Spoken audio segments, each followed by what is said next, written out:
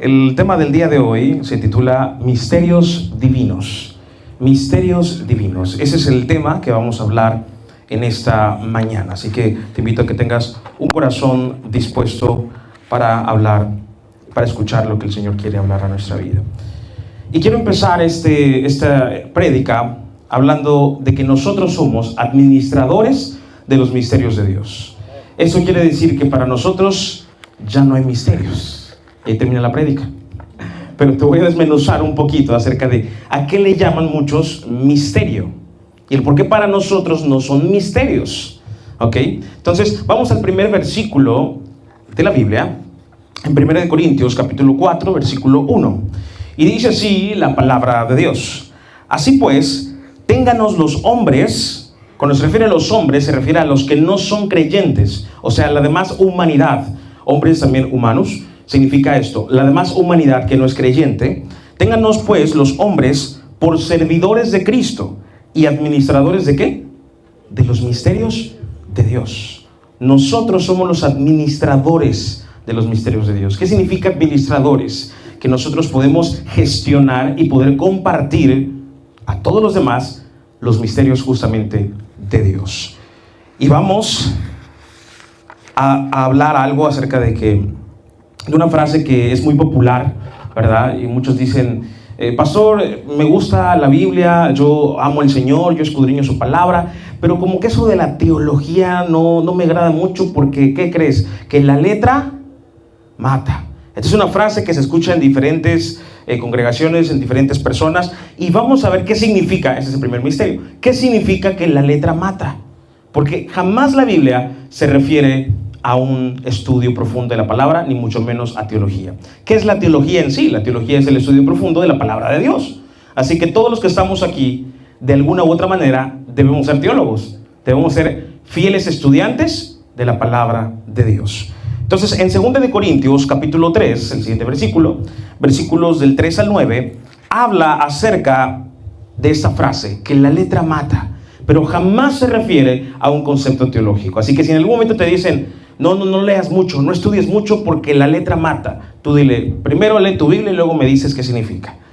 Dice así: siendo manifiesto que sois cartas de Cristo, expedida por nosotros, escrita no con tinta, sino con el Espíritu del Dios vivo, no en tablas de piedra, sino en tablas de carne del corazón. Y tal confianza tenemos mediante Cristo para con Dios, no que seamos competentes por nosotros mismos, para pensar algo como de nosotros mismos, sino que nuestra competencia proviene de Dios, el cual asimismo nos hizo ministros competentes de un nuevo pacto, no de la letra, sino del Espíritu. Porque la letra mata, mas el Espíritu vivifica. Y si el ministerio de muerte grabado con letras en piedras fue con gloria, tanto que los hijos de Israel no pudieron fijar la vista en el rostro de Moisés, a causa de la gloria de su rostro, la cual había de perecer, ¿cómo no será más bien con gloria el ministerio del Espíritu? Porque si el ministerio de condenación fue con gloria, mucho menos más abundará en gloria el ministerio de justificación. Entonces, cuando dice que la letra mata, ¿a qué se refiere? ¿Al estudio profundo de la Biblia? ¿O se refiere a las tablas de Moisés? Se refiere a la ley mosiánica, la letra escrita en tablas de piedra. Esa letra mata. ¿Por qué? Porque sirvió como un ayo, sirvió como un tutor para darnos cuenta de que estábamos en pecado. Por eso es que esta letra mata, por eso es que esta letra condena, pero el Espíritu vivifica. O sea, la gracia de nuestro Señor nos vivifica, no mereciendo esa vivificación. Así que cuando te digan la letra mata, ya sabes qué responder. Nunca se refiere al estudio profundo de la palabra de Dios. De hecho, una persona que dice tener al Espíritu Santo, porque hay mucha gente que dice, yo el Espíritu Santo me guía, no necesito leer. No sé si has escuchado alguna vez esto. Yo no sé en dónde dice la Biblia eso, pero el Espíritu Santo me guía. Esta es una frase popular. No sé dónde lo dice, pero lo dice. Imagínate nomás. Debemos de saber en dónde está lo que decimos que dice, vale la redundancia. Porque si entonces viene el testigo de Jehová y te dice, no, pero aquí, y tú, sí, pero nosotros somos los verdaderos cristianos, y te pones a pelear y no tiene sentido alguno lo que estás diciendo. ¿Sabías tú uno de los grandes misterios, es que la serpiente que aparece en el Antiguo Testamento con Moisés, ¿han escuchado esta historia? Cuando el pueblo de Israel empieza a ser atacados por serpientes, y entonces Dios le dice a Moisés que levante una serpiente, y todo el que la vea vivirá. ¿Sabes que esta serpiente es la representación de Cristo mismo? Bueno, vamos al siguiente versículo, en Números, capítulo 21, versículos 8 y 9.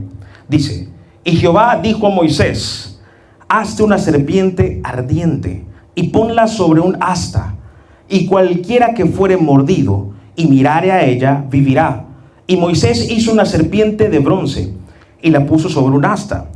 Y cuando alguna serpiente mordía a alguno, miraba a la serpiente de bronce y vivía. Y el Señor Jesucristo, dice en Juan capítulo 3 versículos 14 y 15, dice: y como Moisés levantó la serpiente en el desierto, así es necesario que el Hijo del Hombre sea levantado, para que todo aquel que en él cree no se pierda, mas tenga vida eterna. Entonces Jesucristo mismo dice: hey, esa representación del Antiguo Testamento yo soy. Acuérdense que Jesucristo es el cumplimiento y sombra, todo el Antiguo Testamento es sombra del cumplimiento en Cristo Jesús. El día de reposo, por ejemplo, ¿por qué ya no guardamos el día de reposo? Porque lo guardamos todos los días, así como estás escuchando. Ahora Cristo Jesús es nuestro reposo eterno. Entonces, para un cristiano no existen los lunes, los martes, los miércoles.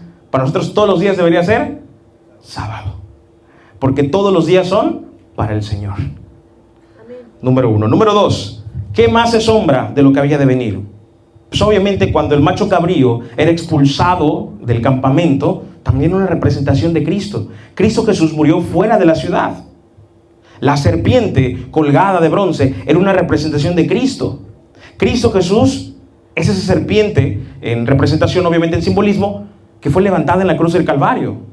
Y así hay mucho simbolismo de Jesús en todo el Antiguo Testamento que se cumplen en el Nuevo Testamento. Y es sorprendente cómo todo esto es sombra. La circuncisión misma era la sombra o el reflejo de lo que había de suceder hoy en día. Que Cristo Jesús nos realiza la circuncisión del alma y nos quita todo el pecado que nos cubre. Y es impresionante, entendemos que el centro de la Biblia es Cristo, tanto del Antiguo Testamento como del Nuevo Testamento. Y así como te dije el domingo pasado, el centro del cristianismo no eres tú.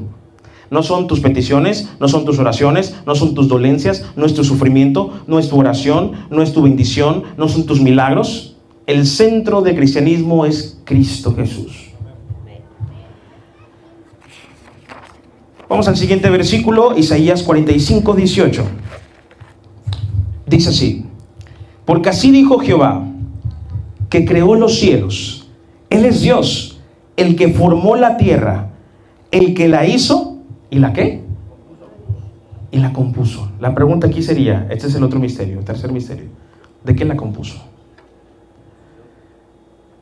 ¿De qué la compuso? Componer, ¿en qué término se utiliza en nuestro idioma? Cuando algo se echa a perder, que se le dice coloquialmente. Se descompuso, se echó a perder, lo que sea. Bueno, se descompuso el refri. Entonces mandas a alguien para que llegue a componerlo. Pero el refri no estaba descompuesto.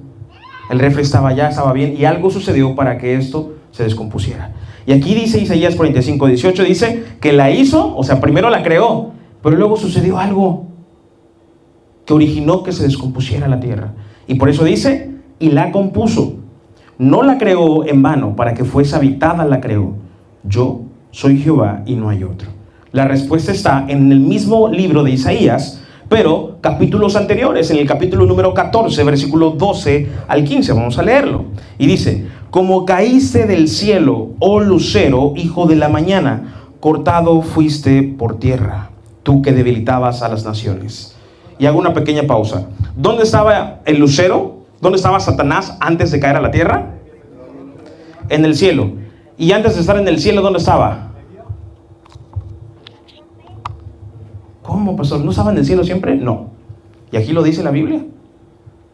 Aquí dice la Biblia que antes de que estuviera en el cielo, también estaba en la tierra. Vamos a seguir leyéndolo. Versículo 13 dice: tú que decías en tu corazón, subiré al cielo. ¿Dónde estaba Satanás antes de estar en el cielo? En la tierra.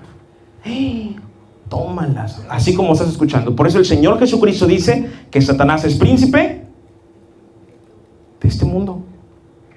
El mismo Señor le dio ese principado a Satanás. Y el Señor respeta su propio orden. Entonces, ¿qué dijo Satanás? Órale, qué universo tan bonito. Dios creó los cielos y la tierra. Pues yo puedo ser igual a Dios. ¿Y qué es lo que hizo? Subió al cielo. Por eso dice al principio en el versículo 12, como caíste del cielo. ¿Por qué? Porque fue cortado por tierra. Él estaba en la tierra. Sube al cielo creyéndose que puede quitarle el trono a Dios. ¿Y qué sucede? Dios lo retacha de allá. Y dice, tú quedas por acá, te vas para abajo. Y cae en la tierra. Y el impacto de Satanás en esta tierra fue tan grande, tan impactante, que probablemente cayó en forma de meteorito, porque lo dice el siguiente versículo en Lucas 10:18. Jesucristo dijo, yo veía a Satanás caer del cielo como un rayo. Satanás cayó del cielo como un rayo. Antes estaba en la tierra. Entonces cuando cae, ¿qué crees que sucede? Se desordena la tierra. La niña está bien metida en la predicación, gloria a Dios. Génesis 1:2 dice esa respuesta. Génesis 1:2 dice, y la tierra estaba desordenada y vacía. Pero en el versículo 1 dice que Dios creó los cielos y la tierra. Y hay un punto final. Y luego empieza otra vez esa narración. La tierra estaba desordenada y vacía. ¿Qué sucedió entonces entre que Dios creó los cielos y la tierra perfectamente y después hubo una descomposición y Dios tuvo que componerla? ¿Qué sucedió en el mundo para que se descompusiera la tierra? Justamente la caída de Satanás.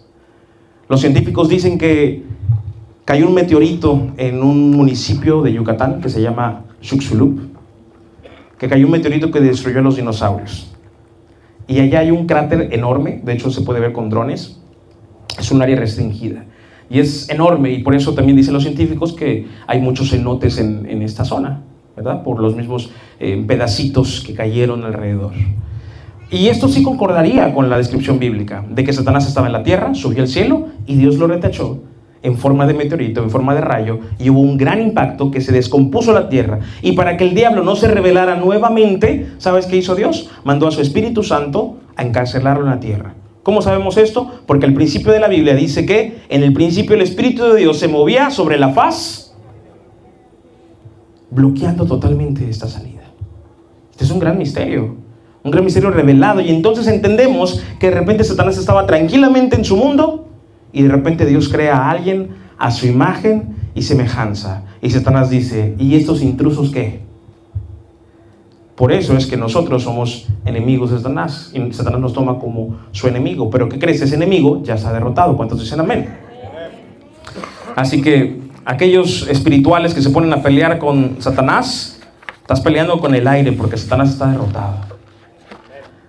Una vez, una ocasión, un hermano me dice, yo, pastor, me levanto todos los días a las 4 de la mañana, a las 3 de la mañana. Y todos los días tengo rasguños, algo me sucede, amanezco con moretones, porque todos los días yo me paro y me pongo a pelear con demonios y legiones de demonios. Y yo, órale, ya ni en las películas de terror, ¿verdad? Pero qué desperdicio estar peleando con demonios cuando los demonios están derrotados. Ni siquiera el mismo arcángel Miguel se puso a pelear. El que dijo que el Señor te reprenda. Pelear con alguien derrotado es absurdo. Nosotros somos más que victoriosos en Cristo Jesús. Amén. Ahora bien, sabemos que el diablo siempre ha sido un imitador por excelencia. Por ejemplo, la marca de la bestia. La marca de la bestia, ¿cuál es? La de tu suegra, no. El 666, que es el número de la bestia, ¿verdad? Y el número 6 significa el número de hombre. Cuando dicen 6 es el hombre elevado a una divinidad. Por lo tanto, es una blasfemia directa contra la santidad del Señor y Trinidad del Señor. Por eso es que la marca tiene que ser 666, ¿ok? Pero esta marca se le ocurrió a Satanás por pura imitación. Porque ¿a quiénes se les marca? Al ganado, a las vacas, a ellos se les marca. Pero ¿sabías que tú y yo no somos marcados? Somos sellados. Porque los reyes sellaban sus cartas, mientras que los campesinos marcaban a su ganado. Y eso lo vemos en Efesios capítulo 1, versículo 13.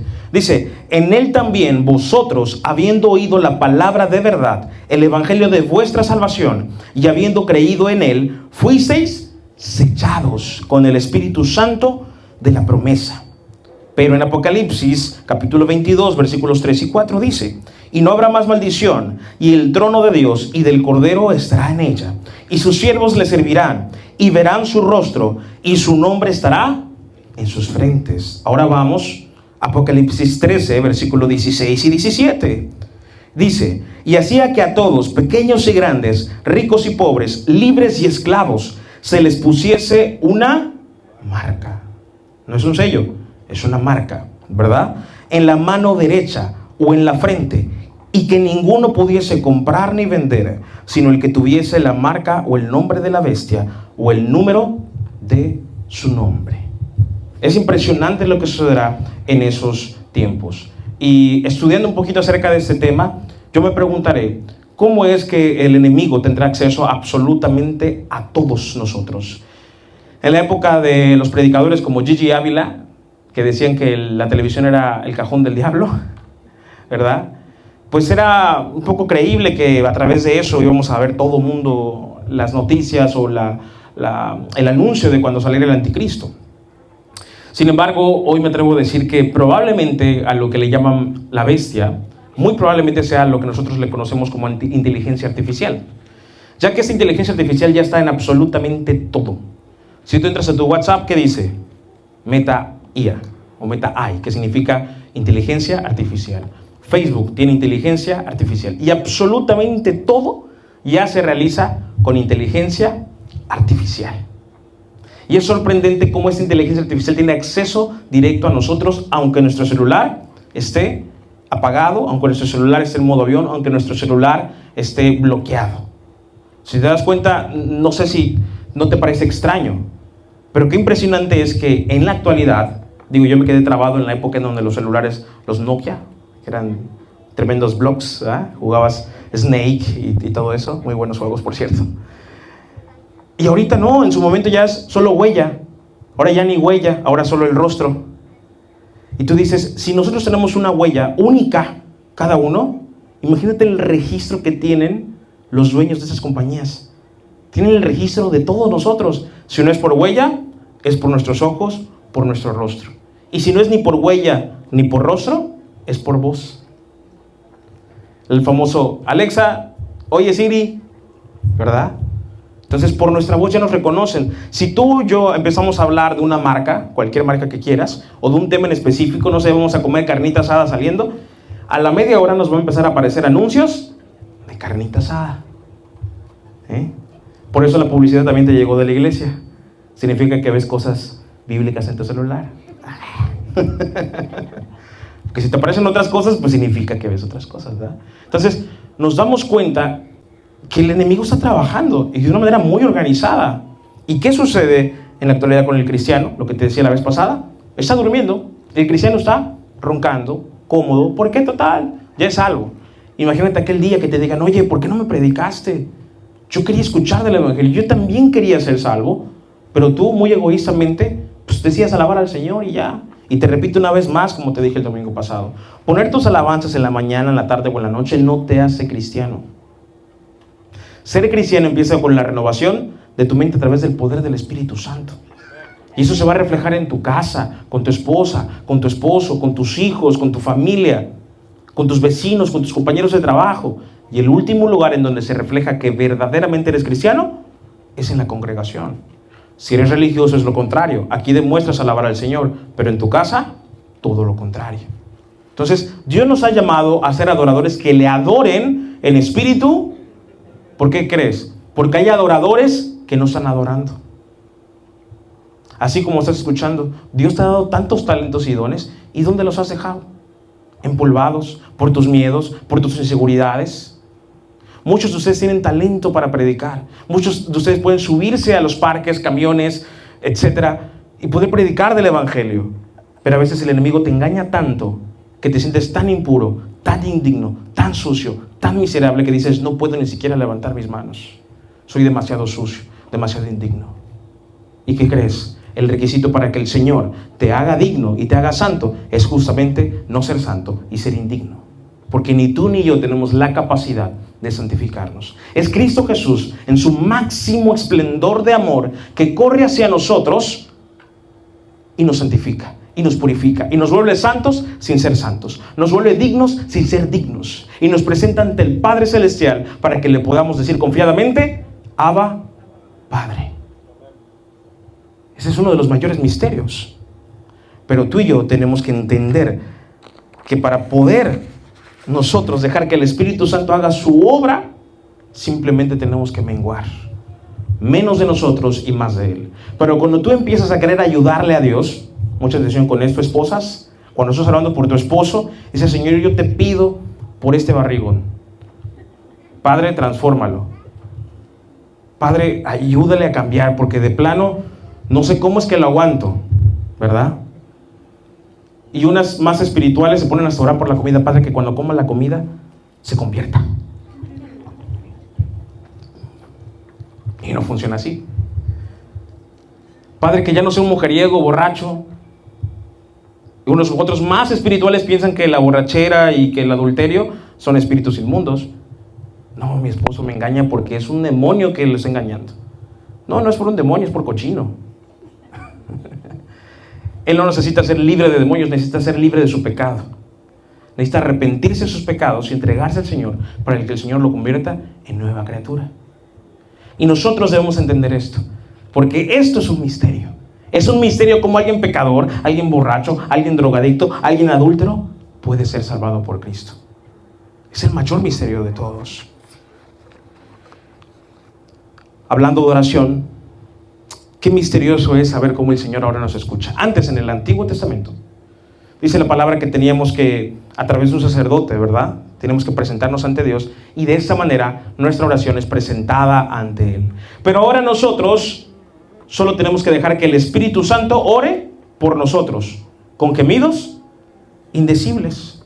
Pero hay cosas, querido hermano y querida hermana, que afectan tu oración.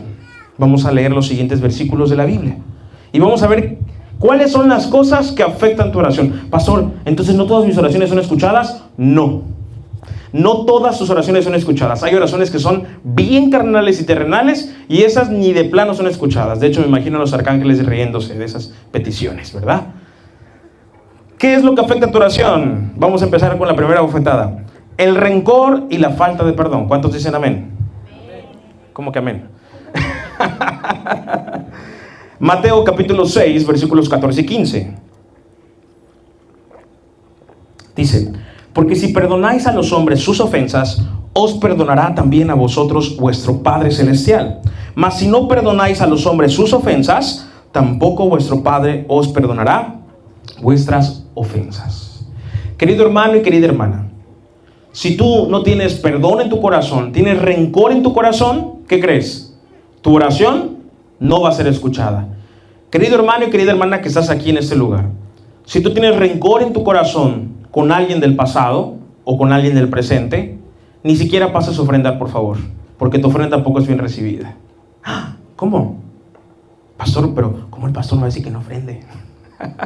La Biblia dice que si tú tienes algo en contra de tu hermano, primero ponte a cuentas con tu hermano y luego ofrendas, porque si no, nada más estás dando limosna y ya. Porque la ofrenda no es una cuestión de pues doy para la obra. No, es una manera de alabar al Señor. Por eso primero tienes que ponerte a cuentas con el Señor. Así que si tú todavía no puedes perdonar, por favor, no acarrees consecuencias y no ofrendes hasta que te pongas a cuentas con tu hermana o con tu hermano, para que también tu oración pueda fluir. Entonces, el rencor y la falta de perdón es una de las cosas que afectan nuestra oración. ¿Qué otra cosa afecta nuestra oración? La soberbia. ¿Cuántas dicen amén? Santiago capítulo 4, versículo 6 dice: Dios resiste a los soberbios y da gracia a los humildes. ¿Y sabes qué más? Este no está aquí en la pantalla, pero quiero que lo anotes ahí en tu libreta. Primera de Samuel capítulo 15, versículo 23. ¿Y qué crees, querido hermano y hermana que me estás escuchando? Si tú en algún momento tienes una actitud de soberbia, de orgullo, estás discutiendo con tu marido y dices: no, pues no. Y me dice: ya, mi amor, ya. No. ¿Y qué tienes? No, pues nada. Eso es soberbia. Eso es orgullo. Estás molesta porque no pudo adivinar lo que tienes. ¿Y qué crees? Este pecado no solo es de soberbia. ¿Sabes cómo lo toma Dios? Como pecado de brujería. 1 Samuel 15:23. Así que si tú en un momento dices, tengo orgullo, tengo soberbia, Dios te toma como si fueras bruja. ¿Cuántos varones dicen amén? 1 Samuel 15:23, para que lo anotes y lo estudies en casa. Como pecado de adivinación o de brujería o de hechicería es la obstinación y la rebeldía como pecado de idolatría. ¿Te imaginas qué tremenda es la soberbia? Tan tremenda que Dios, ¿qué dice en su palabra en Santiago? Resiste a los soberbios. ¿Qué dice resiste? Alguien que está buscándolo y buscándolo y simplemente Dios dice, no te quiero cerca. No te quiero cerca. Entonces, no te puedes presentar ante Dios con una actitud soberbia. Claro, puedes cuestionar. Dios no está peleado con que le cuestiones. De hecho, Dios ama que le cuestiones, porque Él ama responderte. Ahora, que tú entiendas la respuesta es otro tema. ¿Cuál es la tercera cosa que afecta a nuestra oración? El orgullo. Proverbios capítulo 21, versículo 4. Dice, altivez de ojos y orgullo de corazón y pensamiento de impíos son pecado. Altivez de ojos. Si en algún momento te sientes más, si en algún momento dices, no, aquí yo soy Juan Camaney y mis chicharrones truenan, hay orgullo. ¿Y qué crees? Estás pecando. ¿En contra de quién? En contra de Dios y de tu prójimo también. Entonces, el ser humano tiene que entender que constantemente nosotros debemos estar humillados a Dios y humildes ante nuestros hermanos. Son dos cosas que nunca debe perder el cristiano. Humillados constantemente ante Dios y humildes entre nuestros hermanos. Dice la palabra de Dios que el que crea saber algo no sabe absolutamente nada y que debemos de tomar como superiores a los demás, más que a nosotros mismos. ¿Sabes qué otra cosa obstruye tu oración? El chisme. ¿Cuántos dicen amén? Ahora ya no dijeron amén, ¿verdad? Proverbios capítulo 6, versículos del 16 al 17. Dice, 6 cosas aborrece Jehová y aún 7 abomina su alma: los ojos altivos, la lengua mentirosa. Ay, pastor, pero pues es un chismecito. Está rico, está bueno. Bueno, eso obstruye tu oración. Así que si tú empiezas a ser chismoso o chismosa, ¿qué crees? Tu oración va a empezar a obstruirse. O sea, como los que hablan en lenguas, ¿no? Pero no solamente en lenguas angelicales, sino en lenguas chismosas también. El rencor. Y esto lo puse 2 veces, ¿sabes por qué? Porque muchos piensan que el rencor simplemente es una emoción y Dios me lo toma como que tengo rencor y ya. No. ¿Sabes cómo te mira Dios cuando tienes rencor? Como un asesino. ¿Cómo? Lo dice la palabra, hermanos. Si tú tienes rencor en tu corazón, delante de Dios, es como si cometieras asesinato. Lo dice en 1 de Juan, capítulo 3, versículo 15. Dice, todo aquel que aborrece a su hermano es homicida. Todo aquel que aborrece a su hermano es homicida. Jóvenes, si tú odias a tu papá y a tu mamá, eres homicida. Varones, mujeres, si odias a tu suegra, hay muchas razones, ¿verdad? Pero eres homicida. No puedes odiar a las personas, no puedes tenerle rencorazón a ese ex que te engañó con tu amiga y tu prima y con todo lo que se le atravesó. Porque te conviertes en homicida delante del Señor. No puedes tener rencor al de la esquina, al taquero, a quien sea que te haya hecho una mueca o que te caiga mal simplemente por su existencia. Porque te conviertes en homicida delante del Señor. Eso también es un misterio. Porque lo vemos como, es un rencor, ya voy a perdonar y ya. No lo vemos con la gravedad que deberíamos de ver. Esa situación de tener un rencor en nuestro corazón es grave. De hecho, hay muchas enfermedades que se manifiestan en nuestro cuerpo justamente por la falta de perdón. Por cargar cosas que no deberíamos de cargar. Por eso el Señor Jesucristo dice en su palabra, venid a mí todos los que estén cargados y trabajados, y yo los haré descansar. Pero ahí estás guardando el rencor, como una espinita en tu zapato. Y aunque la espinita es muy chiquitita, te va a incomodar. Y es necesario perdonar. No porque la otra persona sea libre, sino para que tú seas libre realmente. ¿Sabes qué otra cosa hace que nuestra oración sea obstruida? No pedir conforme a la voluntad de Dios. Aferrarte a pedir algo que tú piensas y tú crees que va a ser bueno para tu vida. Porque nosotros somos expertos en pensar que nosotros tenemos la respuesta adecuada, el plan perfecto, y que lo que nosotros queremos es lo mejor para nosotros mismos. Y el 99.9% de las veces nos equivocamos. Solo el Señor sabe qué es lo mejor para nosotros. Y a veces eso que el Señor quiere para nosotros no nos conviene. A veces eso que el Señor nos responde no nos gusta, no nos agrada. Y decimos aceptar su voluntad, pero constantemente rechazamos su voluntad. Constantemente nos molesta su voluntad. Y no queremos obedecer su voluntad porque nos incomoda, porque no nos gusta, porque no es de acuerdo a nuestros planes. Y no pedir conforme a su voluntad obstruye también nuestra oración. Cuando tú le dices, yo declaro, yo decreto, yo digo, porque mi autoridad y yo soy rey y sacerdote, linaje escogido y Goku casi te dices. Tenemos que decir, Señor, hágase tu voluntad. Y heme aquí, te lo dije la semana pasada, heme aquí, la frase heme aquí significa en hebreo, Hanani. Dios, acepta tu voluntad, aunque a mí no me convenga, aunque a mí no me guste, aunque yo no quiera, aunque me lastime, aunque me duela, aunque no sea de mi agrado, acepto tu voluntad. Y me aferro a esa voluntad por amor. La falta de fe también obstruye nuestra oración. Siguiente versículo en Santiago capítulo 1, versículos del 6 al 7. Dice, pero pida con fe, no dudando nada, porque el que duda es semejante a la onda del mar, que es arrastrada por el viento y echada de una parte a otra. No piense, pues, quien tal haga, que recibirá cosa alguna del Señor. Hay gente que Dios ya respondió conforme a su voluntad lo que Él quiere darnos, y simplemente eso se queda pausado. Vuelvo a repetir, porque tú empiezas con tus pensamientos a estorbar al Espíritu Santo. Nosotros no tenemos que hacer, tenemos que dejarnos que el Espíritu Santo haga en nosotros.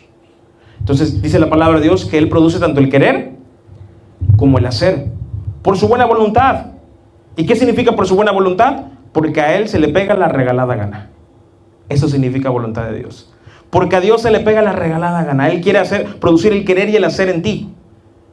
¿Quién lo limita? Tú.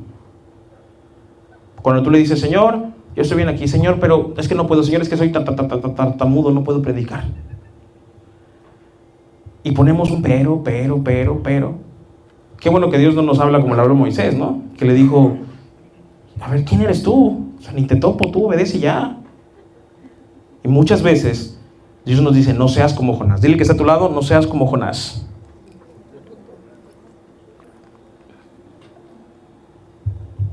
No vaya a ser que te traiga la ballena. Bueno, yo me traiga la ballena. La religiosidad es algo que también puede obstruir nuestra oración con Dios. Lucas capítulo 18, versículos del 10 al 14. Mira, me gusta mucho este pasaje porque, vamos a leer. Dice, 2 hombres subieron al templo a orar. Uno era fariseo y el otro publicano. El fariseo, puesto en pie, oraba consigo mismo de esta manera: Dios, te doy gracias porque no soy como los otros hombres, ladrones, injustos, adúlteros, ni aun como este publicano. Ayuno 2 veces a la semana, doy diezmos de todo lo que gano. Mas el publicano, estando, ¿dónde? Lejos. ¿Qué hizo? No quería ni aun alzar los ojos al cielo, sino que se golpeaba el pecho diciendo, Dios se propició a mí, pecador.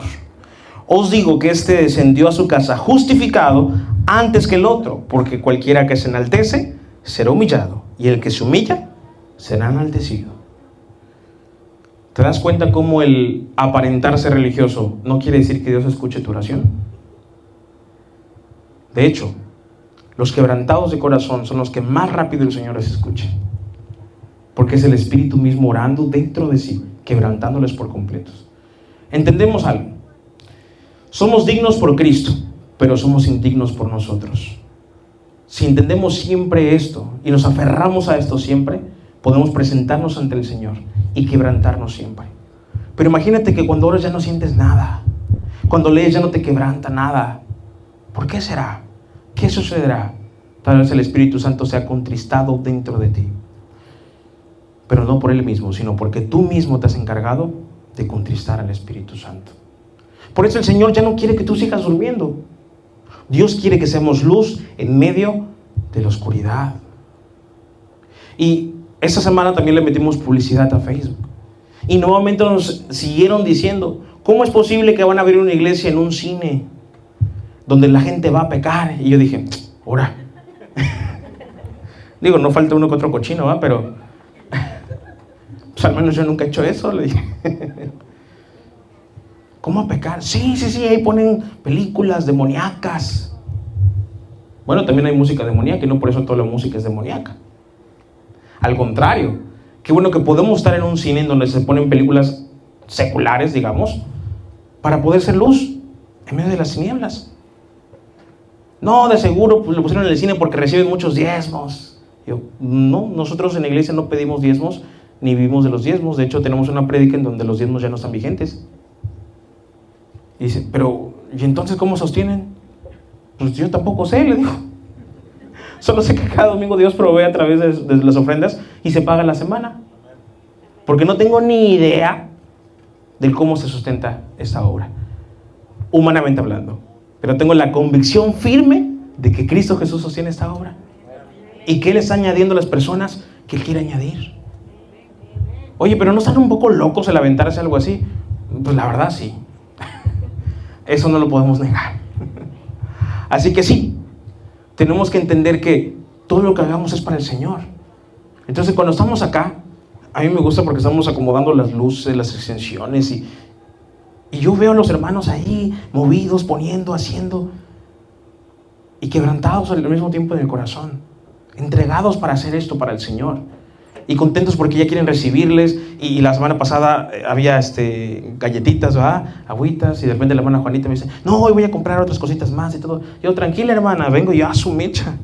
Y están todos moviéndose. Y el hermano Fernando dice, yo no sé de tecnología, no sé cómo le voy a hacer, y ahorita es el productor oficial de todo esto.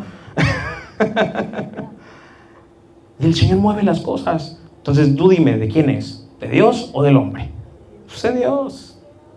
De Dios. Entonces, ¿cómo no presentarnos ante Él diciendo, wow, no soy nada, Señor? Ay, no, yo porque leo la Biblia, porque estudio, porque soy doctor en teología, porque sé mucho. ¿Qué? Eso no es nada. Justamente no soy nada, Señor. Y me presento ante ti. Necesito de ti, de tu gracia, de tu misericordia, de tu poder, de tu guía, para que seas tú predicando a todos nosotros, primero ministrándome a mí a través de su palabra, porque acuérdate que un pastor, antes de ministrar, primero es ministrado, para poder ministrar a los demás. Y el Señor quebranta, y el Señor nos habla, y nos abofetea también. Entonces podemos decirte las cosas, no porque diga, ay, mire, pastor, bien santo, te dice así nada más, como que si se supiera todo. No, justamente porque no sé nada, me pongo a leer la Biblia para decirte lo que dice para todos nosotros.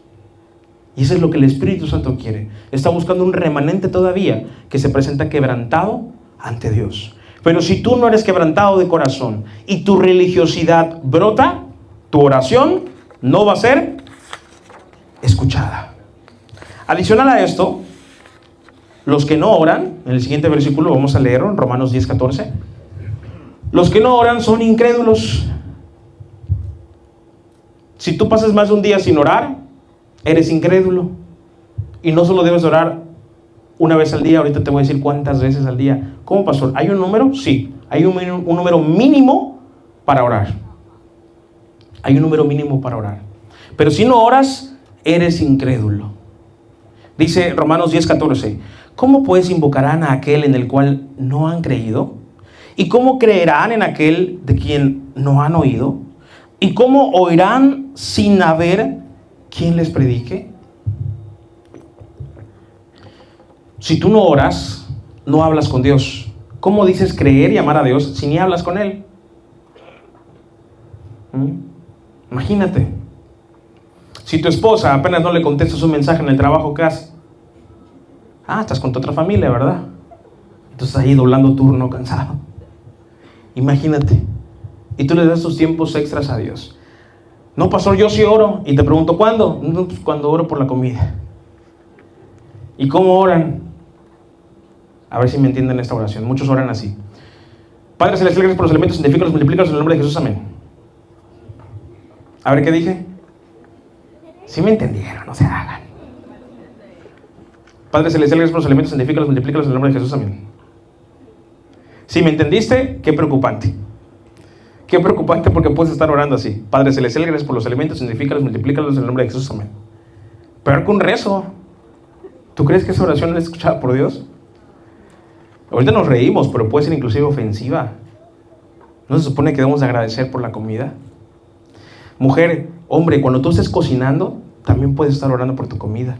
Y te voy a dar un secreto, un tip. La comida va a tener mejor sabor. No, de verdad, es en serio esto. Eso Dios lo creó con una perfección increíble, inclusive en sus plantas. Cuando tú tienes una plantita, la hablas bonito, ¿y qué sucede con la planta? Crece bonito. La hablas feo y se marchita. La comida también, estás cocinando. En vez de estar pensando, tengo que cocinar para estos chamacos. Mejor, Padre, gracias, mira qué bonito pescadito, qué bonito pollito. Ay, Padre, gracias, me acabo de cortar un dedo, Señor. Y la comida va a tener mejor sabor. Y te sientas a comer y dices, qué rica comida el Señor nos ha regalado. Cuando entendemos estos misterios, empezamos a ver el reflejo en la comida y dices, órale, tiene mejor sabor. De verdad, hazlo. Si no me crees, hazlo. Mañana, lunes, allá en Mérida es lunes de frijol con puerco. Es que son yucatecos, saben que es lunes de frijol con puerco. Hazlo. Y tal vez con eso te quiten las flatulencias. ¿Hay algo por lo que no debemos orar? Sí, por venganza. Hay muchos espirituales que dicen, mía es la venganza, dice el Señor, yo daré castigo, así que espero que Dios te castigue por metiche, cuñada. Y agarran ese texto bíblico para sentirse espirituales. Pero la palabra de Dios dice, buscad primeramente el reino de Dios y su... ¿Sobre quiénes? ¿Sobre los demás? No. Primero sobre nosotros. Dios primero nos pesa en balanza a nosotros. Y debemos de tener cuidado de que Dios no nos diga tekel menú parsin, que significa ha sido pesado en la balanza y ha sido hallado falto. Entonces cuando entendemos eso, no, Señor, perdono a mi cuñada, es chiste, yo la amo, perdónala. Y entendemos que el perdón primero es para nosotros. Y entonces ya no dejamos de pedir justicia, porque pensamos que la justicia es sinónimo de venganza, y no es así. Así que hay una cosa por la cual nunca debemos de orar: por venganza.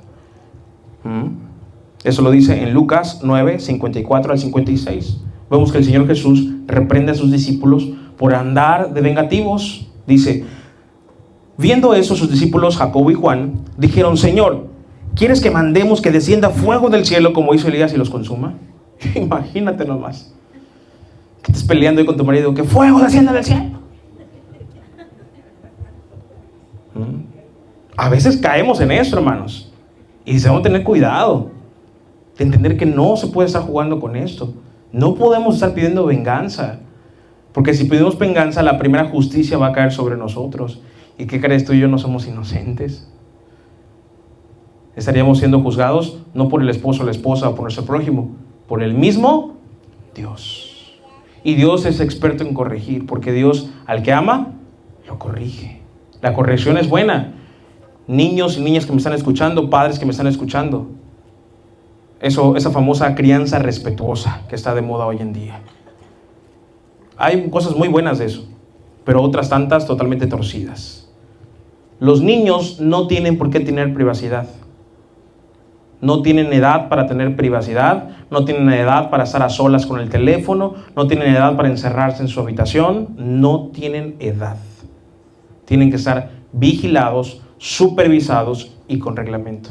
Tienen que ayudar en casa. Tienen que ser de bendición y ejemplo, porque dice la palabra de Dios que el muchacho consentido avergüenza a su madre, pero la vara de corrección dan sabiduría. ¿Cuántos de aquí son padres? Alza su mano. O padres o madres. Ajá. ¿Cuántos de aquí les gustaría que sus hijos sean sabios? Bueno, no todos. Está medio extraño eso. Si tú quieres que tu hijo o hija sea sabio, corrígele. La vara de corrección dan sabiduría. O sea que sin vara de corrección no hay sabiduría. ¿Y qué dirás? Perfecto, ahorita compro mi vara. Tremendo tronco. No. Puedes tú corregirle, sí, con la mano, sí, con la chancla, sí, con el cinturón, dependiendo. Pero nunca le pegues con ira. Nunca le pegues con enojo. Pégale inclusive con amor. ¿Pastor dijo pegarle? Sí. Dios no está peleado con eso. Dios está peleado con el maltrato. Dios está peleado con correcciones, con odio, con rencor, sin amor. Pero podemos corregir a nuestros hijos por amor. Porque nuestra labor es encaminarlos en los caminos del Señor. No quiero ir a la iglesia, me aburre, me quedo dormido, el pastor estaba bien gordo, me cae mal. Tú tienes que obligarlos a venir. ¿Y qué crees? Aun cuando fuese viejo, no se apartará de él. Hay gente que se aparta de grande, pero dice, yo cuando era niño, y empiezan a quebrantarse. ¿Qué crees? El Señor los sella. Por eso, mujer, nunca dejes de orar por tus hijos apartados, porque el Señor los va a regresar, a las buenas o las malas, pero los regresa. Vamos al siguiente misterio. Esa es nada más la introducción. ¿Cuánto tiempo debemos orar? Efesios 6:18. En todo tiempo. Orando en todo tiempo, con toda oración y súplica en el Espíritu. ¿Por qué dicen el Espíritu? Porque no todo el tiempo vas a estar hincado en tu habitación. Puedes estar lavando trastes y te pones a orar. Puedes estar barriendo y te pones a orar. Estás en el trabajo, en la oficina y te pones a orar. Estás en el autobús, en el transporte, en tu auto, de camino a casa y te pones a orar. Llega el momento en el cual esto no es por rutina. Simplemente es algo natural que el Espíritu hace que surja en ti. Y llegó un tiempo en el cual yo veía bebés así en las plazas, en los centros comerciales, y veía a todos los bebés y me ponía a orar por cada uno. Me preguntaban, ¿qué haces? Y yo, espérame. Porque me surgía la necesidad de orar por cada uno de ellos. Padre, que en algún momento ellos escuchen el Evangelio. Padre, te pido por esta persona que está allá. Orar en todo tiempo. Nunca debemos de dejar de orar en todo tiempo, en todo momento, inclusive cuando no tengamos ganas, inclusive cuando estemos enojados, inclusive cuando estemos desesperados, inclusive cuando ya no tenemos ningún motivo por orar y decir, ¿pero por qué voy a orar? ¿Pero para qué es? Total, si el Señor no me está ayudando en este proceso. Total, si el Señor no me ayuda a pagar esta deuda. Total, si el Señor no me ha sanado. Total, si pasó esta situación en mi vida. ¿Para qué orar si al final el Señor no me escucha? Porque pensamos que orar es para que el Señor cumpla nuestros deseos como si fuera el genio de la lámpara. Cuando no es así. Cuando oramos es para que nosotros empecemos a entender que debemos de alinearnos conforme a su voluntad. ¿Y cuán difícil puede ser esto para nuestra humanidad? Lucas 21:36 dice, velad pues en todo tiempo orando. Aparte de en todo tiempo, ¿en dónde más debemos estar orando? ¿En qué tiempo más? En las madrugadas. Salmos 119:62. A medianoche me levanto para alabarte por tus justos juicios. Ahora quiero decirte algo maravilloso también acerca de orar en la madrugada. No precisamente tienes que levantarte. No sé si te ha pasado. Si te ha pasado, te felicito. Y si no, pídelo al Señor. Que estás durmiendo. Y mientras estás durmiendo, tú te levantas el día siguiente y dices, oye, en la madrugada yo me puse a orar. Como que hablabas, pero tú estabas durmiendo. O inclusive hasta cantabas alabanzas. No sé si te ha pasado eso. Te levantas con una alabanza en tu mente. Es maravilloso, ¿sabes por qué? Porque tu cuerpo está durmiendo, pero tu espíritu está orando. Y eso es sorprendente, es un gran misterio como el Espíritu Santo dentro de nosotros, aún nosotros descansando y durmiendo, está clamándole al Señor, está alabando a su Creador. Y eso hace que al día siguiente tenemos renovación de fuerzas, gozo, alegría, plenitud, y decimos, wow, ¿qué es esto? El Espíritu puede orar en las madrugadas. Y dice, Señor, yo quiero eso. Quiero que mi Espíritu te ore a ti en las madrugadas mientras yo duermo. Pídeselo. Dile, Padre, yo quiero orar en las madrugadas. Quiero cantarte en las madrugadas. Y si no te ha pasado, si te pasa, vienes y me cuentas el chisme. De día y de noche, Lucas 2:37, dice, y era viuda hacía 84 años y no se apartaba del templo, sirviendo de noche y de día con ayunos y oraciones. Salmos 88:1, oh Jehová, Dios de mi salvación, día y noche, clamo delante de ti. Primera de Tesalonicenses 5:17, orad sin cesar.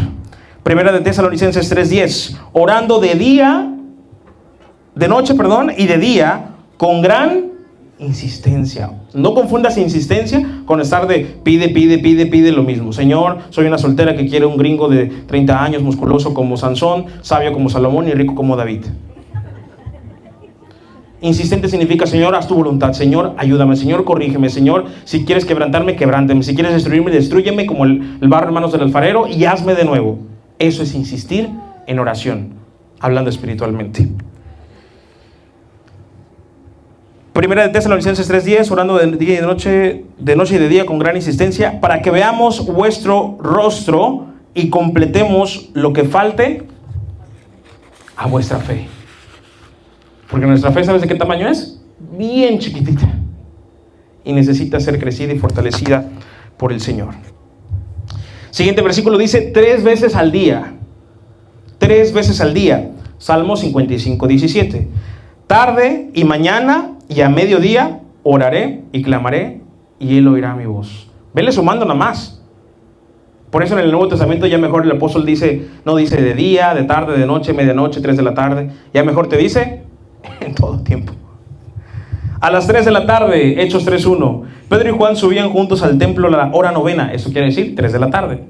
La de la oración, la hora de la oración. 3 de la tarde, que en nuestro reloj sería 3 de la mañana. Y aquí en México los brujos se levantan a las 3 de la mañana a hacer sus ritos.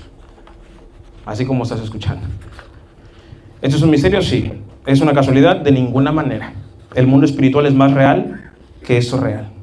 ¿En dónde podemos orar? En la playa.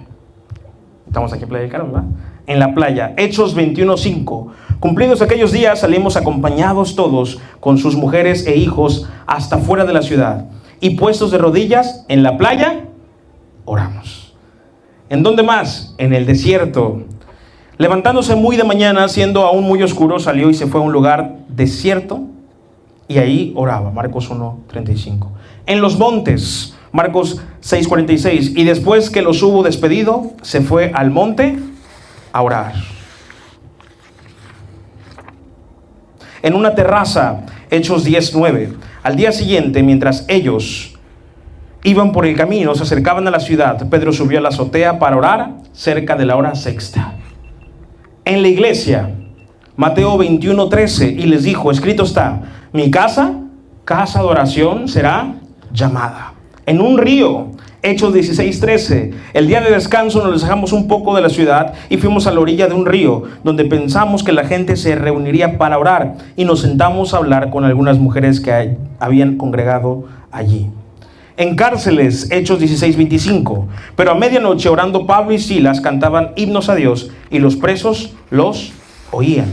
En todo lugar, Primera de Corintios capítulo 1 versículos 2 y 3, a la iglesia de Dios que está en Corinto, a los santificados en Cristo Jesús, llamados a ser santos con todos los que en cualquier lugar invocan el nombre de nuestro Señor Jesucristo, Señor de ellos y nuestro, gracia y paz a vosotros de Dios nuestro Padre y del Señor Jesucristo. Primera de Timoteo 2:8. Quiero pues que los hombres oren en todo lugar, levantando manos santas, sin ira ni contienda. ¿Por qué? Porque si tienes ira o contienda, mejor ni ores. Si te da pena orar cuando estás en un restaurante, más pena te debería hacerte llamar cristiano. Tienes que orar en todo lugar para testificar de quién vive en ti. ¿Amén o no amén? ¿En qué posición debemos orar? En cualquier posición. Los apóstoles, de hecho, cuando recibieron el Espíritu Santo, ¿sabes cómo estaban? Sentados. ¿Cómo, pastor? Pero en el día del Pentecostés, ¿no estaban todos hincados, clamando? No. Vamos a Hechos, capítulo 2, versículo 2. Y ahí dice que estaban todos sentados, tranquilamente, así como tú y yo en esos momentos. Dice, y de repente vino del cielo un estruendo como de un viento recio que soplaba, el cual llenó toda la casa donde estaban sentados. Eso lo puedes comprobar en tu Biblia. Entonces no necesitas estar hincado, no, sobre todo si tienes, ¿cómo se llama eso? ¿Reumas o cómo es? Artritis, ¿verdad? ¿O te duele la rodilla? Dices, ay Señor, pero no puedo hincar. No importa, puedes estar sentado. Porque la conexión con Dios no se trata de la posición en la que estés, o si te escuchas muy espiritual. Se trata de tu entrega. El entregar tu alma, tu mente y corazón es lo más importante de todo. Podemos orar acostados. Salmos 149:5. Regocíjense los santos por su gloria y canten aún sobre sus camas. Por eso es que puedes alabar al Señor en el Espíritu. Puedes también orar caminando, 1 Samuel 19:23. Puedes orar postrados, Mateo 26:39. Puedes orar también de rodillas, como estábamos diciendo, ¿verdad? Y él se apartó a ellos a distancia como de un tiro de piedra y puesto de rodillas, oró. Puedes orar con los ojos abiertos, Juan 17:1. Podemos orar solos Hechos 9:11. Podemos orar acompañados, Hechos 12:2. Hay muchas maneras en las que podemos orar. Pastor, ¿y todo eso lo dice la Biblia? Sí, pues aquí te lo estoy poniendo. Todo eso lo dice la Biblia. Sentados, acostados, con los ojos cerrados, con los ojos abiertos, hincados, en la playa, en el desierto, en todo momento. Menos con enojo o con ira o rencor. ¿Te das cuenta? Pero nuestra religiosidad nos dice lo contrario. Tenemos que tener cuidado con eso. Queridos hermanos, todo eso lo dice la palabra de Dios. Y hay otro grande misterio en esto, que la misma palabra de Dios nos puede volver santos y santificarnos. Y eso lo dice Juan 17:17. Si tú quieres santificarte, pastor, yo lucho mucho con la pornografía, la masturbación, con la lujuria, con el chisme, con la mentira, con el enojo, con la soberbia, con el orgullo, con los gritos, con los insultos. Santifícate. ¿Cómo te puedes santificar? Leyendo la palabra de Dios. Juan 17:17 dice: santifícalos en tu verdad, tu palabra es verdad. Pero si ni oras ni lees, ¿cómo vas a dejar de insultar? ¿Cuántos dicen amén? ¿Cómo vas a dejar de tener malos pensamientos si ni oras y ni lees? Pero ¿sabes qué pasa cuando empiezas a leer?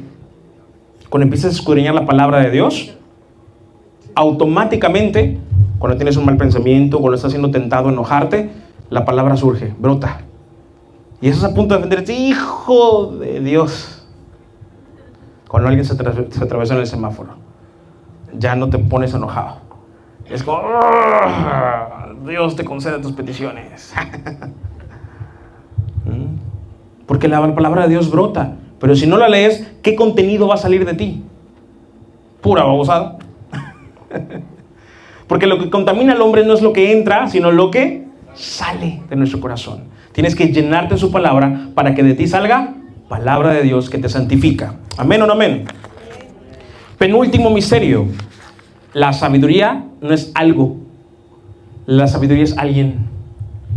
¿Sabes que la sabiduría es un principado?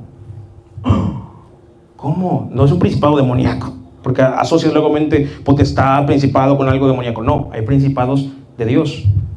¿Ok? La sabiduría es un principado. Fue creada por Dios. Y esto lo vamos a comprobar. Y no es una expresión poética porque te dice tiempo y espacio en el cual fue creada la sabiduría.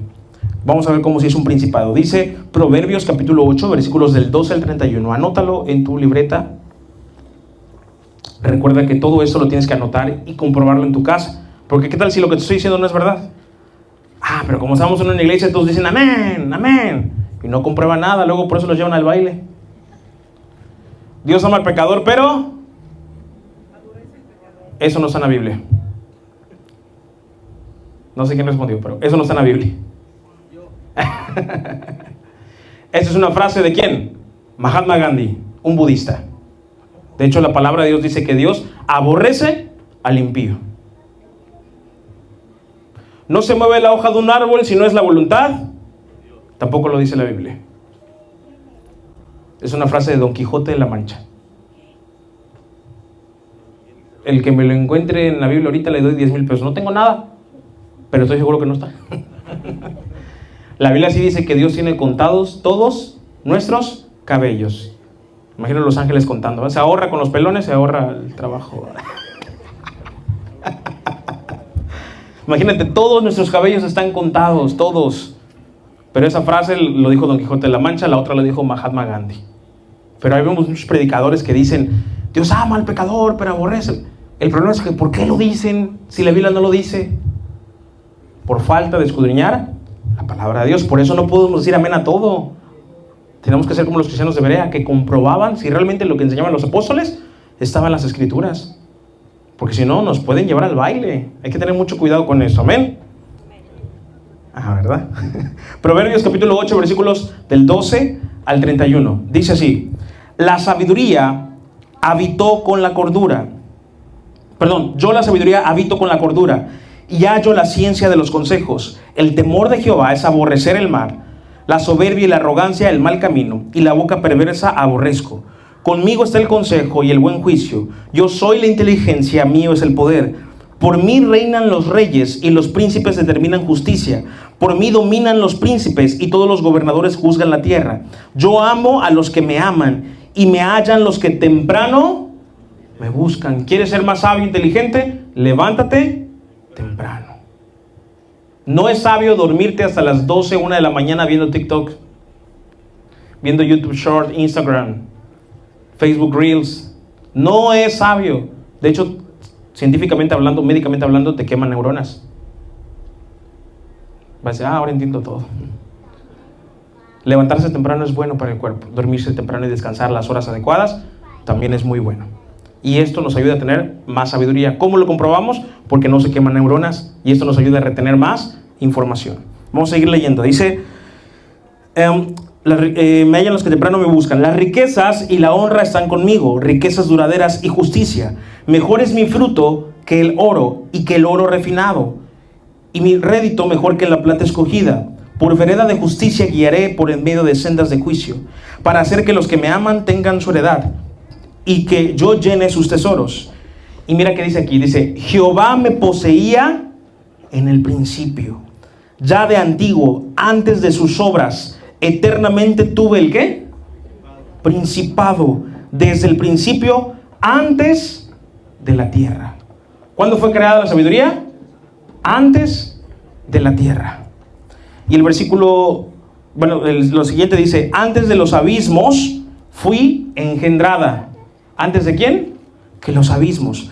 Antes que fuesen las fuentes de las muchas aguas, antes que los montes fuesen formados, antes de los collados, ya había sido yo engendrada. No había aún hecho la tierra, ni los campos, ni el principio del polvo del mundo, o sea, las estrellas, no estaban hechas, y la sabiduría, ya había sido engendrada. Dice, cuando formaba los cielos, allí estaba yo. Cuando trazaba el círculo sobre la faz del abismo, ¿la tierra entonces es plana o redonda? Es un círculo, ¿va? Aquí lo dice. Dice, cuando firmaba los cielos arriba, cuando firmaba las fuentes del abismo, cuando ponía al mar su estatuto para que las aguas no traspasasen su mandamiento, cuando establecía los fundamentos de la tierra, con él estaba yo ordenándolo todo. Y era su delicia de día en día, teniendo solaz delante de él en todo tiempo. Me regocijo en la parte habitable de su tierra, y mis delicias son con los hijos de los hombres. Por eso la sabiduría es un principado. Y tú dice la palabra de Dios que nosotros debemos de pedirle a Dios sabiduría. Y Él la da poquito o abundantemente. Y sin reproche. Señor, yo quiero tu sabiduría. Imagínate el poder que tuvo el principado, sabiduría, en ti. Por eso puedes responder con la palabra de Dios. ¿Quieres responder con misterios de Dios? ¿Quieres saber mucho de la Biblia? Abunda en la palabra. Y el Espíritu Santo produce sabiduría en ti. Y entonces hablarás misterios y ciencia espiritual. Eso es algo maravilloso. Puedes pedírselo al Señor. Puedes pedírselo al Señor. El Señor te lo va a conceder. Te lo va a dar. Porque es para su bendición, para su voluntad, para su propósito, para su obra y por amor. Pídele al Señor sabiduría y Él te la va a dar. Amén. Otros misterios rápidos. Siguiente versículo dice, la redondez de la tierra. Siguiente versículo. La redondez de la tierra. Isaías 40:22. Fue escrito unos 300 años antes que el griego Anaximandro, de Samos, quien dijo que la tierra era redonda. Bueno, el profeta Isaías ya lo había escrito. En Isaías 40:22. Él está sentado sobre el círculo de la tierra, cuyos moradores son como langostas. Él extiende los cielos como una cortina, los despliega como una tienda para morar. El avión, la Biblia habla acerca de la creación del avión. En Isaías 68, ¿quiénes son estos que vuelan como nubes y como palomas a sus ventanas? En ese tiempo no íbamos a entender, dicen, palomas a sus ventanas. ¿Vuelan como nubes? ¿A dónde vuelan los aviones? ¿Y qué tienen los aviones? ¿Y qué más?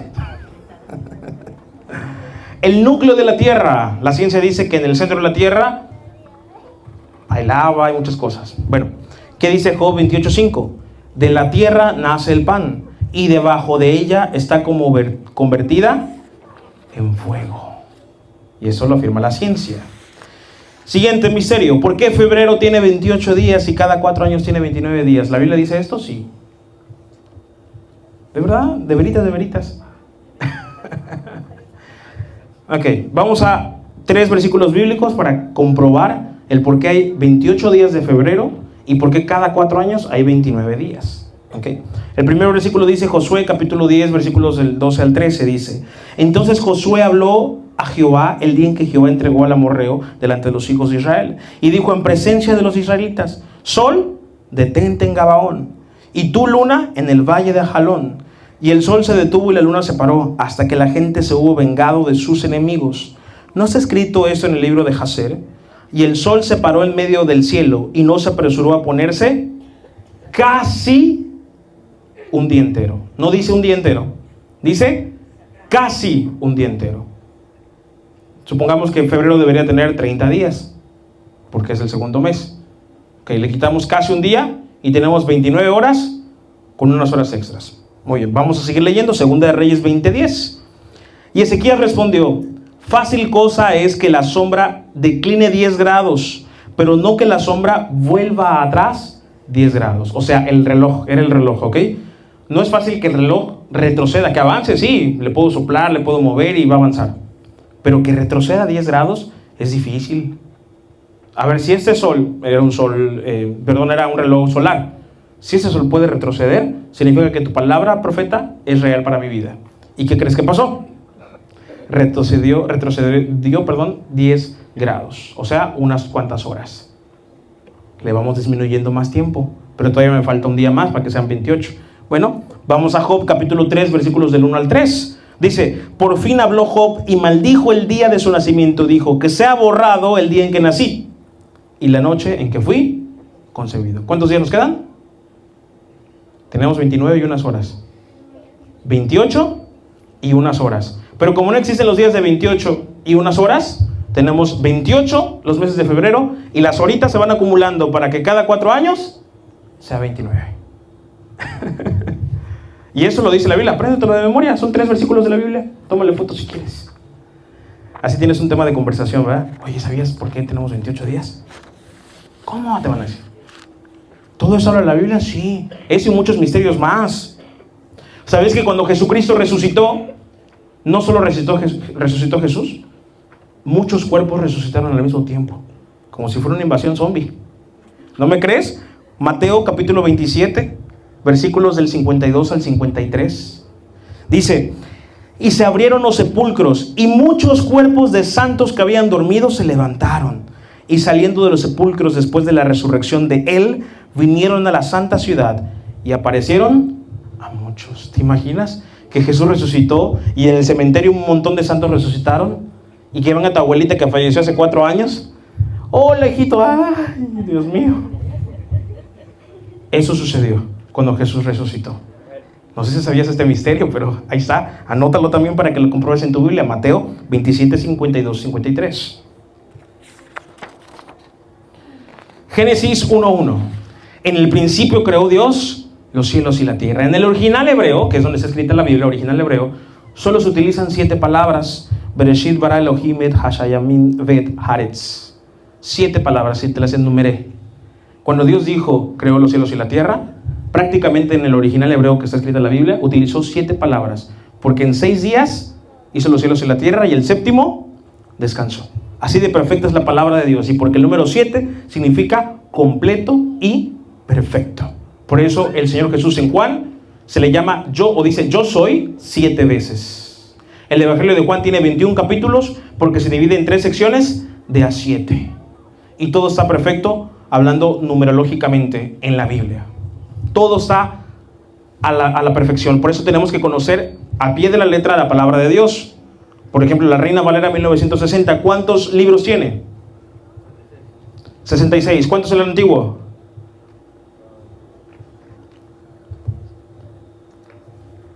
Nadie. 39. ¿Cuántos en el Nuevo? 27. ¿Ves que ni siquiera eso sabes? ¿Cuántos capítulos tiene la Biblia? 1189. Anótalo, de verdad, anótalo. 1189 capítulos. ¿Cuántos versículos?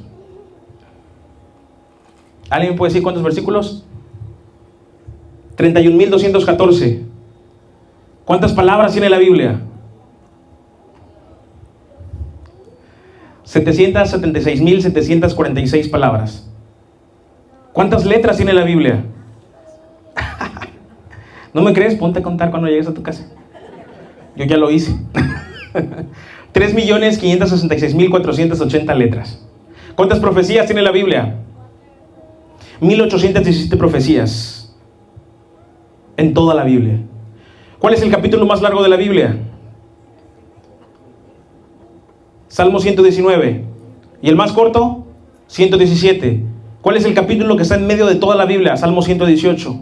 Y el versículo de medio, Salmo 118:8. Mejor es confiar en Jehová que confiar en los hombres. Y el original hebreo dice que el centro de tu vida sea Dios. ¿Cuál es el versículo más corto de la Biblia? El versículo, el texto más corto de la Biblia. Jesús lloró. No, ese es el segundo. El primero, no matarás. Y el segundo está, no hurtarás. Y Jesús lloró. Tienen la misma cantidad de palabras. El versículo más largo de la Biblia. ¿Hay un versículo más largo? Sí, Esther 8:9. Parece un capítulo completo, pero es un solo versículo. Lo puedes comprobar en tu Biblia. Tenemos que conocer la Biblia. Si no, van a venir a decirnos cualquier cosa y vamos a decir, sí, no, sí tienes razón. Pastor, ¿viste que sí podemos orarle a San Juditas Tadeo? Aquí lo dice la Biblia. Tenemos que conocer la palabra de Dios en todo su esplendor. ¿Cuántas veces dice la palabra de Dios no temas? 366 veces. Porque dice, eso no temas para cada día del año. Todo eso está en la Biblia. Todo está a la perfección. Y te podría hablar de más cosas, pero no voy a terminar ahorita. Así que quiero cerrar diciéndote el último misterio. El misterio, el mayor misterio o el misterio supremo de todas las cosas. Primera de Timoteo, capítulo 3, versículo 16. Y Colosenses 2:3. Dice así, Primera de Timoteo 3:16. E indiscutiblemente grande es el misterio de la piedad. ¿Qué es? Es grande este misterio. Dios fue manifestado en carne, justificado en el Espíritu, visto de los ángeles, predicado a los gentiles, creído en el mundo, recibido arriba en gloria. Este es el mayor misterio de todos. Imagínate nada más, qué misterio tan grande el hecho de que Dios mismo haya dicho, estoy aquí en mi trono, pero yo voy a bajar. Voy a bajar y voy a descender y voy a tener una cristofanía, un cuerpo humano. Y voy a morir a causa de esos pecados. Yo voy a hacer esta ofrenda en sacrificio. Y entonces, tú y yo podemos disfrutar de esa gracia, de ese galardón. Qué grande misterio hay en todo esto. Que Cristo Jesús, no teniendo que morir, vino a la cruz del Calvario a morir a causa tuya y a causa mía. Pero sobre todo, qué grande misterio es lo que dice Colosenses capítulo 2, versículos 2 y 3. Dice, para que sean consolados sus corazones, unidos en amor, hasta alcanzar todas las riquezas de pleno entendimiento, a fin de conocer el misterio de Dios el Padre y de Cristo, en quien están escondidos todos los tesoros de la sabiduría y del conocimiento. Pero te tengo una buena noticia. Dice que en Cristo están escondidos todas estas cosas. Pero ¿sabes dónde está Cristo? En ti y en mí ahora, a través de su Espíritu Santo.